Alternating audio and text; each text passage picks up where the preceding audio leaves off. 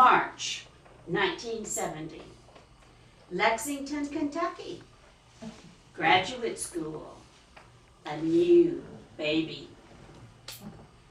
It was a sunny day when we packed the car with a picnic, a blanket, and the new baby and headed out of town. We stopped at a pond surrounded by Kentucky bluegrass with a few couples scattered here and there. We spread the blanket and took in the rays. Wasn't long before we saw some boys frolicking down the road. They came to the water and stopped. And you could see they were daring each other, maybe even double dog daring to get in the water. Soon they were all in, laughing, splashing, having a good old time. Until they weren't. I watched from across the pond as one after the other went down, struggled to get back up, and went down.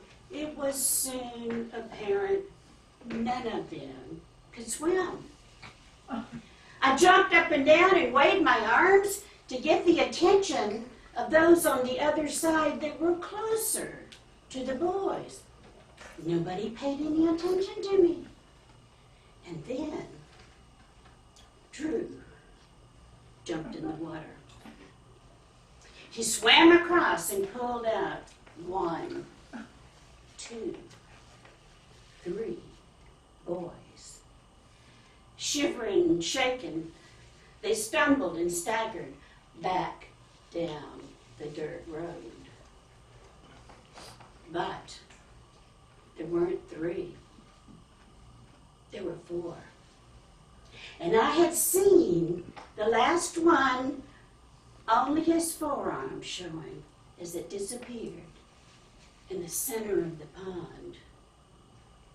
And Drew swam back towards me, pointed, and he dove.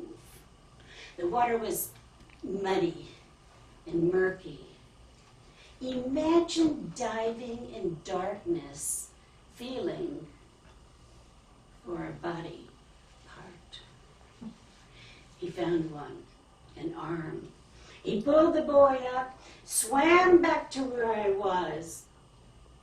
There was no pulse.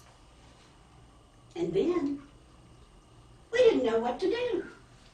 He'd been a Boy Scout, I'd been a Girl Scout. We put what little bit of knowledge we had together, turned his head to the side, cleared his mouth, and Drew started pushing on his chest.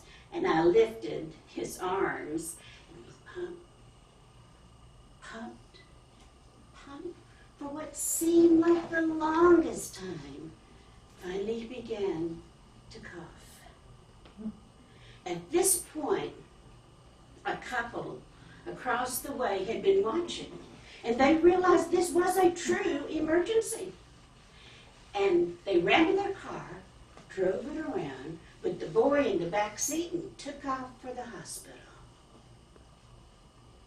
3 boys were alive that possibly would not have been, and 1 that definitely would not. Some traumas are so severe you are rendered mute. Such was the case. Not a word was spoken all the way back through town. Now, it happened to be a weekend, and it was the custom among the students to go to one apartment or another.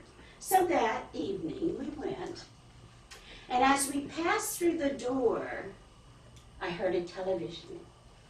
We stood in front and watched as the local reporter began talking about a boy who had nearly drowned in a pond outside of town. She didn't know the name of the hero who had saved him, but I did. It was my Drew.